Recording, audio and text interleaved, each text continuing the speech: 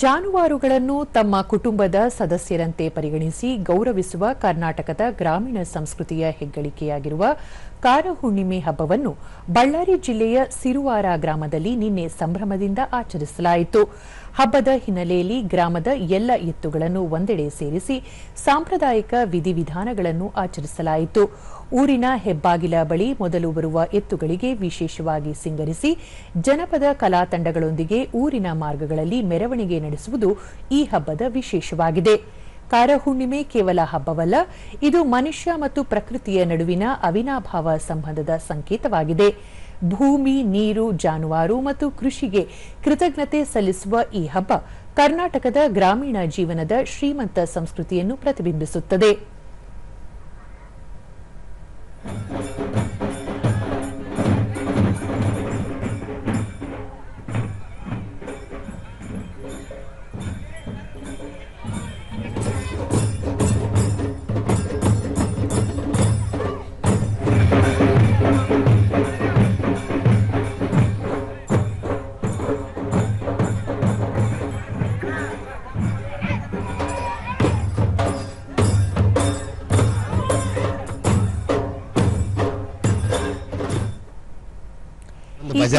ಸ್ಥಳೀಯರಾದ ಲಿಂಗಪ್ಪ, ನಮ್ಮ ಭಾಗದಲ್ಲಿ ಪುರಾತನ ಕಾಲದಿಂದ ಕಾರಹುಣ್ಣಿಮೆ ಆಚರಣೆ ಮಾಡುತ್ತಿದ್ದು, ಮುಂಜಾನೆಯಿಂದ ಎತ್ತುಗಳನ್ನು ಶುಚಿಗೊಳಿಸಿ ಕೊಂಬುಗಳಿಗೆ ಬಣ್ಣ ಹಚ್ಚಿ ಪೂಜೆ ಸಲ್ಲಿಸಲಾಗುತ್ತದೆ.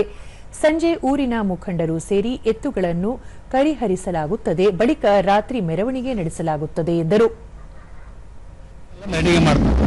ಸುಮಾರು ಅಂದ್ರೆ ನಾವು ಒಂದು 21 ಜೊತೆ ಎತ್ತುಗಳು ಮೆರವಣಿಗೆ ಮಾಡ್ತೀವಿ. ವರ್ಷ ಅದೇ ತರ ಮಾಡ್ಕೊಂಡು ಹೋಗ್ತಿದೀವಿ. ಹಬ್ಬದ ಏನು ತೊಂದರೆ ಇಲ್ಲದಂಗೆ ನೋಡ್ಕೊಂಡು ಹೋಗ್ತಿದೀವಿ. ಮತ್ತೋರ್ವ ಸ್ಥಳೀಯರಾದ ತಿಪ್ಪೇಸ್ವಾಮಿ, ಆದಿಮಾನವನ ಕಾಲದಿಂದ ಈ ಗ್ರಾಮದಲ್ಲಿ ಮನುಷ್ಯರು ಜೀವನ ನಡೆಸುತ್ತಿದ್ದರು ಎನ್ನುವುದಕ್ಕೆ ಅನೇಕ ಕುರುಹುಗಳನ್ನು ಕಾಣಬಹುದಾಗಿದೆ. ಸಿರುವಾರ ಎಂದರೆ ಸಿರಿ ಸಂಪತ್ತಿನ ಊರು ಎಂದು ತಿಳಿದು ಬರುತ್ತದೆ. ಹಿಂದಿನ ಕಾಲದಿಂದಲೂ ಊರ ಹೆಬ್ಬಾಗಿಲಿನಲ್ಲಿ ಎತ್ತುಗಳ ಕರಿಹರಿಸುವಿಕೆಯು ಪರಂಪರಾಗತವಾಗಿ ನಡೆದು ಬಂದಿದೆ ಎಂದರು. ಊರು ಸಿರುವಾರ ಗ್ರಾಮ ಅಂದರೆ ಇದು ಇತಿಹಾಸವುಳ್ಳ ಇದು ಗ್ರಾಮ. ಇದು ನಮ್ಮ ಸಿರುವಾರ ಇಲ್ಲಿ ಗುಡ್ಡ ಇದೆ. ಈ ಗುಡ್ಡದಲ್ಲಿ ಆದಿಮಾನವರು ವಾಸವಾಗಿದ್ದಾರೆ. ಎಲ್ಲರೂ ಸಿಂಗರ್ ಮಾಡಿ ಎಲ್ಲ ಮಾಡ್ತಾರೆ. ಮತ್ತೋರ್ವ ಸ್ಥಳೀಯರಾದ ಹೊನ್ನೂರಪ್ಪ, ಕಾರಹುಣ್ಣಿಮೆ ಸಂಪ್ರದಾಯ ಹಿರಿಯರಿಂದ ಬಂದ ಬಳುವಳಿಯಾಗಿದೆ. ನಿತ್ಯ ಕೃಷಿ ಬದುಕಿನಲ್ಲಿ ನಮ್ಮೊಂದಿಗೆ ಹೆಗಲು ಕೊಟ್ಟು ಸಾಗುವ ಎತ್ತುಗಳಿಗೆ ಪೂಜೆ ಸಲ್ಲಿಸಿ ಈ ಸಾಲಿನಲ್ಲಿ ಉತ್ತಮ ಮಳೆ ಬೆಳೆ ಬರಲಿ ಎಂದು ಬೇಡುತ್ತೇವೆ ಎಂದರು. ಮೇಳ ಎಲ್ಲ ತಗೊಂಡು 12 ಗಂಟೆಗೆ ಮೆರವಣಿಗೆ ಮಾಡಿದ್ವು. ನಮ್ಗೆ ಎದಕ್ಕೆ ಅಂದರೆ ಇದು ಮಳೆ ಬೆಳೆ ನಮ್ಮ ಊರಿಗೆ ಎಲ್ಲಿ ಬೇಸ್ ಒಳ್ಳೇದಲ್ಲ ಅಂತೇಳಿ ನಾವೆಲ್ಲ ಇದು ಮಾಡ್ತೀವಿ. ರೈತ ಶೇಖಣ್ಣ, ವರ್ಷದಲ್ಲಿ ಒಮ್ಮೆ ಕಾರಹುಣ್ಣಿಮೆ ಹಬ್ಬವನ್ನು ಆಚರಣೆ ಮಾಡಲಿದ್ದು, ರೈತರು ತಮ್ಮ ಹೊಲದಲ್ಲಿ ದುಡಿಯುವ ಎತ್ತುಗಳಿಗೆ ಮೀಸಲಿಡುತ್ತಾರೆ.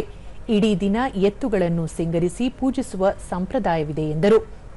ಎಲ್ಲ ಸಂಭ್ರಮದಿಂದ ಮಾಡ್ಬೇಕಂತ ಮಾಡ್ತೀವಿ ಸರ್. ನಮ್ಮ ತಾತದಿಂದ ಮಾಡ್ತಾ ಇದ್ವಿ. ಇದರಿಂದ ಮಾಡ್ಕೊಂತ ಬರ್ತಾ ಇದ್ವಿ. ನಮ್ಗೆ ಬೆಳೆ ಎಲ್ಲ ಬೇಸ್ ಸುಖ ಬರಲಂತ ಮಾಡ್ತಾ ಇದ್ವಿ.